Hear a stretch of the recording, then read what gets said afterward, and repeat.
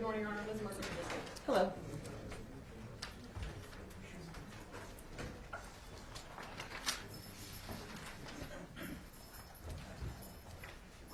Hello, are you Mr. Redden? Yes, I am. Hello. Okay, I have a few housekeeping matters to handle before we handle his case. In anticipation of me appointing the public defender to represent him, there are multiple media requests. There were multiple orders that were signed in initial appearance court. I have amended several media orders to not allow live streaming because I do not allow live streaming. So to the extent initial appearance court allowed live streaming, I have amended all of those orders to remove that. I have filed amended orders yesterday.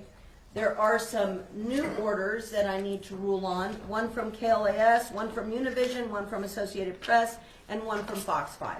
Does the state have any opposition to these media requests? Your Honor, I'll submit it to the Does the defense? I'll submit it to the court. Okay, I'm going to sign and approve these media requests. They are not for live streaming, and they are only for any sort of media that the media requested. All right, as for disclosures, before I arraign Mr.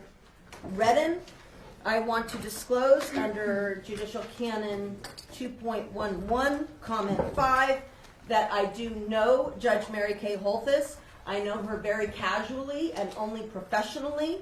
I've never socialized with her outside, say, a professional event. I do, for instance, not know her phone number. I don't think she knows mine. We're not connected on social media. I've never worked at the district attorney's office, where I believe she worked for her entire career. Her daughter is a deputy district attorney on my track. However, the team chief has assured me that Kennedy Holthus will not appear on any of Mr. Redden's appearances. Therefore, I see no reason to recuse. However, I make those disclosures under Rule 2.11, Comment 5. Mr. Redden, have you been given a copy of the criminal complaint this morning? Yes, I have been given one. You're being charged with count 1, attempt murder, victim 60 years of age or older, a felony. Count 2, battery on a protected person resulting in substantial bodily harm, victim 60 years of age or older, a felony. Count 3, extortion by threat, a felony. Count 4, intimidating a public officer, a felony. Count 5, 6, 7, 8, and 9 are all battery on an officer, the same named victim. Oh, and by the way, I do not know any of the other victims named in the criminal complaint. Those are all felony offenses. Count 10, performance of act or neglect of duty and willful or wanton disregard of safety or persons of property resulting in substantial bodily harm or death, a felony. Battery on a protected person, count 11, that's a gross misdemeanor offense. Count 12, battery by a prisoner, a felony. Count 13, unlawful act related to human excrement or bodily fluid, a felony. All allegedly occurring on January 3rd of 2024. Do you understand these charges? Yes, I understand. Can you afford to hire a private lawyer at this time? I'm sorry? I'm trying to, Can you afford to hire a private lawyer of your own expense and choosing? no, not at this time, no. Are you a veteran or a member of our military? No. I can appoint a lawyer from the Public Defender's Office to represent you. Thank you, Your Honor. And prior to Your Honor calling the case, I did, as a friend of the court, talk to Mr. Redden about his right to a Valdez-Jimenez hearing. I know that he did not have one in initial appearance court. However, he's going to be choosing to waive the prompt hearing given the circumstances that happened yesterday in district court where he's already been sentenced in his other case. Okay, so he was sentenced? Correct. Okay, was he sentenced to jail or prison? Correct. Okay. 1948. Okay. So he understood that and said that he's not trying to have the hearing today. Okay, that's fine, and I'll canvass him on that. My only issue is I think what has happened is some standard bail figures have carried over since booking. So by the time he sees the judge, he is entitled to a Valdez-Jimenez hearing, but it is at that point that the court sets release conditions. So I'm removing the standard bail numbers that were only assessed at booking, frankly, until he sees the judge.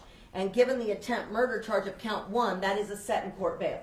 So the standard bail numbers will be removed, It will be replaced with a set in court bail or release condition. He is entitled to a Valdez Jimenez hearing within 48 hours unless good cause shown, but you say, Mr. Redden, Ms. Medina tells me that without waiving a bail hearing completely, you're at least willing to waive it for now because you have some other issues you have to handle. Do you understand and agree with this? Yes, on 1948.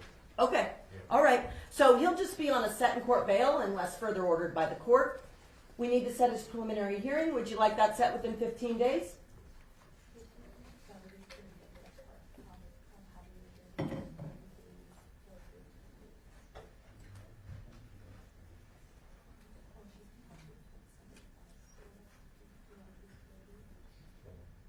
He's going to also waive the 15 days set and we'll do 30 days. Okay. Sir, you have a right to a preliminary hearing within 15 days, and Ms. Medina has said that she's talked with you about that, and you're willing to give up that 15-day period and instead set your preliminary hearing within about 30 days. Is that okay? Yes, that's fine. Is this okay with the state? Yes, Your Honor. Okay. Does the state? Yes? After we get the date, can we approach? Sure. Is there anything else, Ms. Mercer, you want to address? No, Your Honor. Okay. All right. Here's a 30-day preliminary hearing date, unless I see you earlier, and if you'd like to approach, you may. February 14th at 9 a.m. Thank you, Your Honor.